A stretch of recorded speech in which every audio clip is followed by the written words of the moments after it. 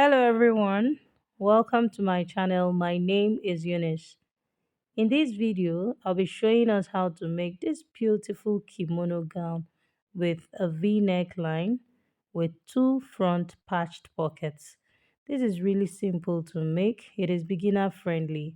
I hope this is something you're interested in learning. Please make sure to keep on watching till the end. And if you're yet to subscribe to my channel, kindly click on the subscribe button to subscribe and ensure to put on your notification bell so you get notified every time I upload a new video. Thank you and let's get started. Okay, these are the materials we'll be using for this project. And this is an African print, also known as Ankara. I have 2.5 yards here. And then this purple fabric is the Mikado fabric. We're going to be using this to achieve our patched pocket and also the V-neck, the patch we're going to have on the V-neck area. So right now I'm going ahead to fold my fabric. We'll be drafting directly on our fabric and we're going to be drafting for the front and back at the same time.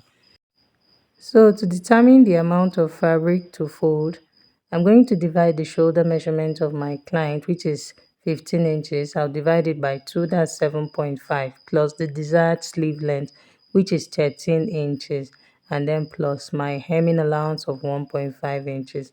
So that's a total of 22 inches in total. Okay, so I'm going to fold 22 inches into 4. So, and another way to take this measurement, you can take it from the center back of your client or yourself to the desired sleeve length, because this is a cut together with sleeve. So right now I'll go ahead and fold my fabric into 4, and I'm going to fold 22 inches into 4. So as you can see, my fabric is folded into 4. I'm going to cut out the excess I do not need. So this part I'm touching is our center front and our center back, and this other side is going to be our side back and side front. So I'll cut out the excess because I have more than 22 inches. So here right now I have 22 inches on fold. So first I'm going to go ahead and draw the starting line, which is the shoulder line. So from the starting line, I'm going to mark the bust point. So placing my tape from the starting line, I'm going to mark the bust point of my client, which is 11 inches. Next, I'm going to mark the hip line. Here, you don't need the waistline. So I'm just marking the hip line. And then next, I'm marking the full length of the gown, then plus my hemming allowance of 2 inches. So having done that, I'll go ahead and straighten out all the lines. So as you can see, my lines are straight now. Here I have the bust line, the hip line, and then the hem line. So now on the shoulder line, I'm going to mark a neck width of 3 inches. So placing my tape from the center front, I'll mark a neck width of 3 inches. And then here at the side, I'm going to come down by 1.5 inches for the shoulder slant. So I'll connect this 1.5 inches to the 3 inches neck width I have here. So to make this gown, you need the biggest measurement. So in this case, my client's hip is her biggest circumference, which is 41 inches, and her bust is 39 inches. So obviously the hip is the biggest measurement. I'm going to be dividing this hip by 4, and that's the measurement I'll enter all through on the bust line and on the hip line. So like I said, her hip is 41 inches. I'm going to divide 41 by 4, and that will give me 10 and quarter. And then I'm going to add 2 inches for my sewing allowance. This 2 inches, 1 inch is for ease, and then 1 inch is the actual sewing allowance. So that's a total of 2 inches. So you can see I've entered that measurement on the bust line. I'm going to repeat the same thing on the hip line. And I'll also repeat the same thing on the hem here. So basically is the hip measurement I'm working with all through. So hip divided by 4 plus 2 inches, I entered it on the bust line, the hip line, and the hem line.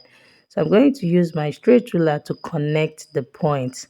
So you can see that this is just going to be a straight line.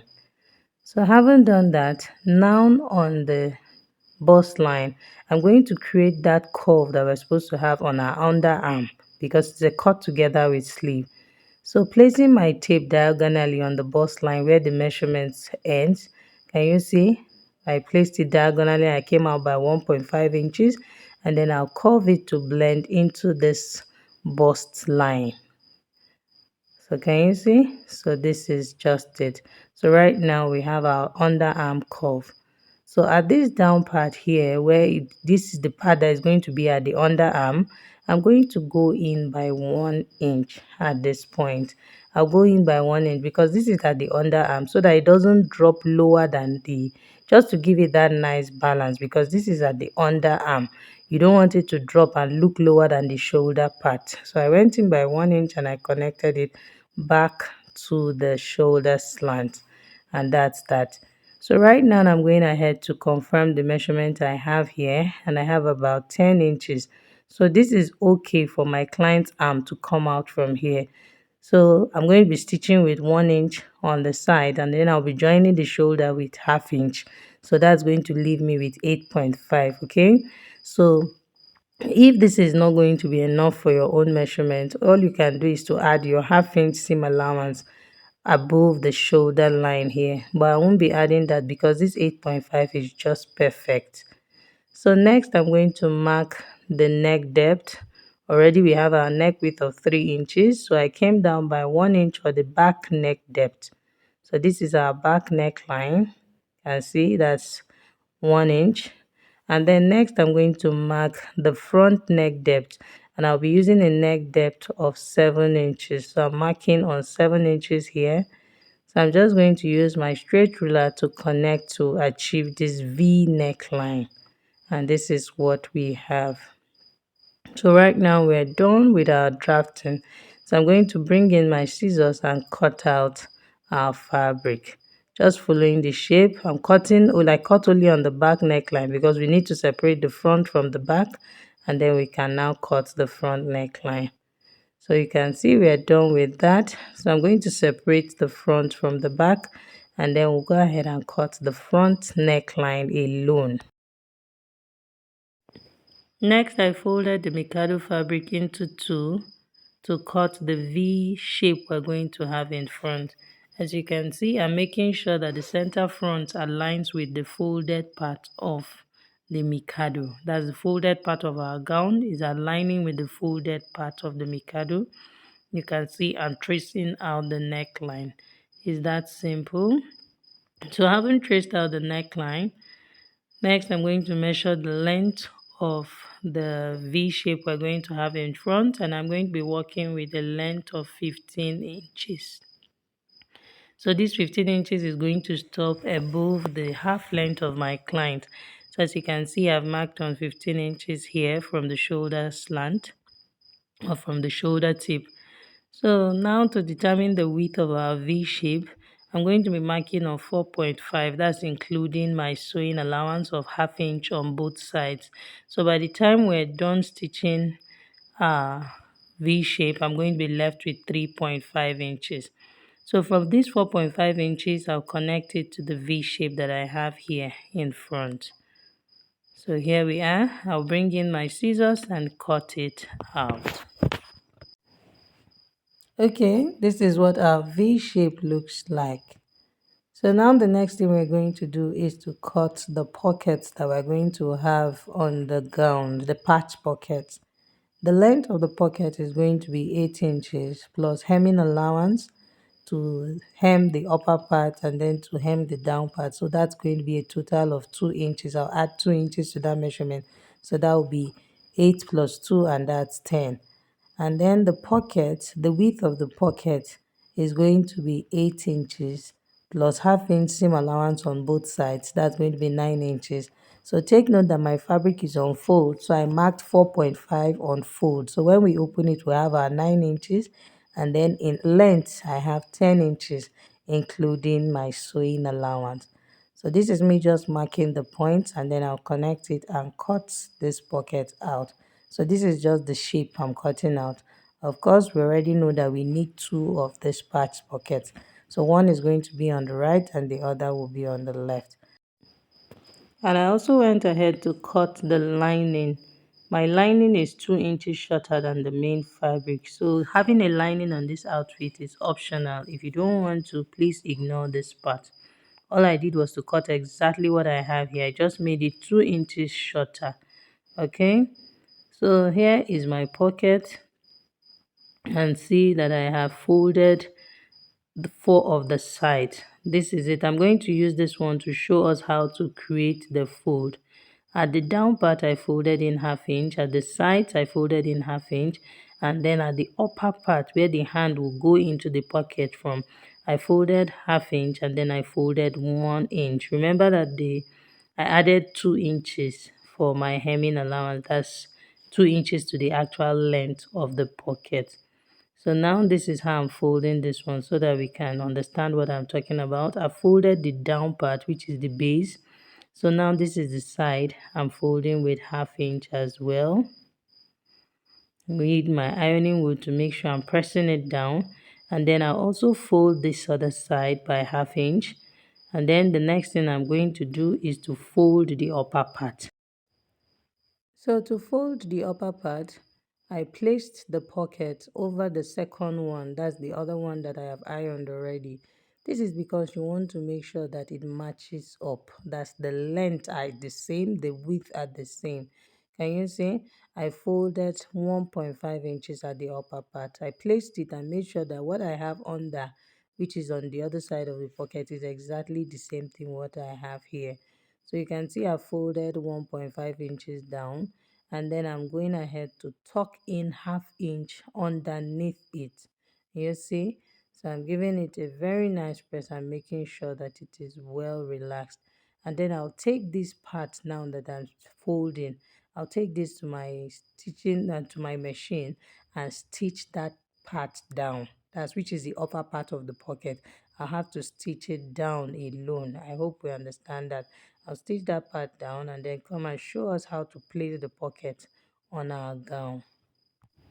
Okay, I'm done stitching the upper part of both pockets. So now it's time for us to place our patch pocket on the gown. So from the shoulder line here, I'm going to mark on 16 inches. This 16 inches depends on the height of your client. From 16 to 18 inches is fine, depending on the height of the person. So for me, I'm using the half length of my client, which is 16 inches, so that the pocket is not too low because my client is not on the tall side. So here on this 16 inches, you can see I ruled a straight line from one side to the other.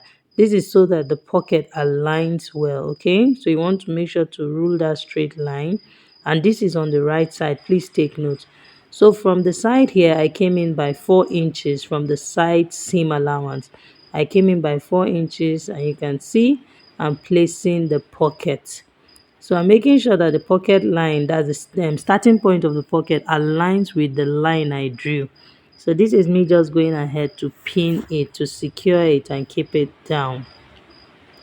So having marked this point, having pinned it down rather, I'm going to repeat the same thing for the other side. So for the other side, I'll come in by 4 inches as well from the side here, and I'll mark the point, and then I'll bring in the second pocket and place it exactly how I did this other side. So you can see that my pockets are matching up.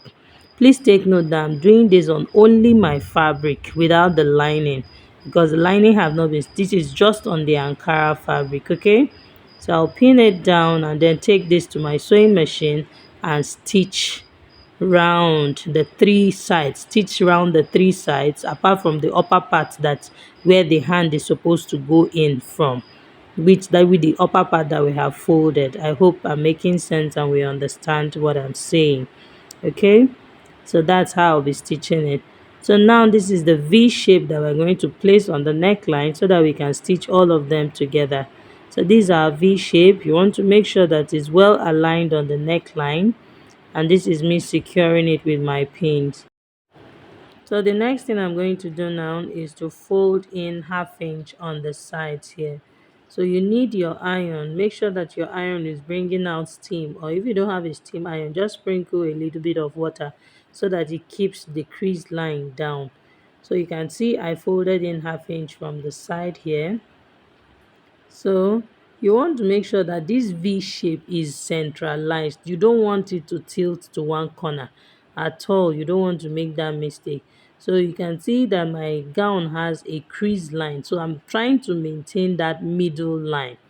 So you can see I'm almost done with this side.